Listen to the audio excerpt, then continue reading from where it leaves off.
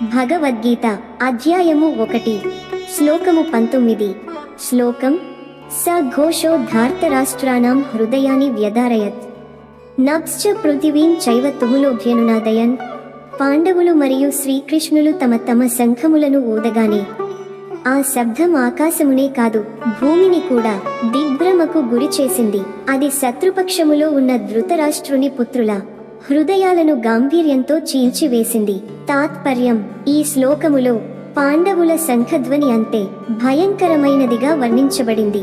ఆ ధ్వని ధృతరాష్ట్రుని పుత్రుల గుండెలలో భయం నింపింది.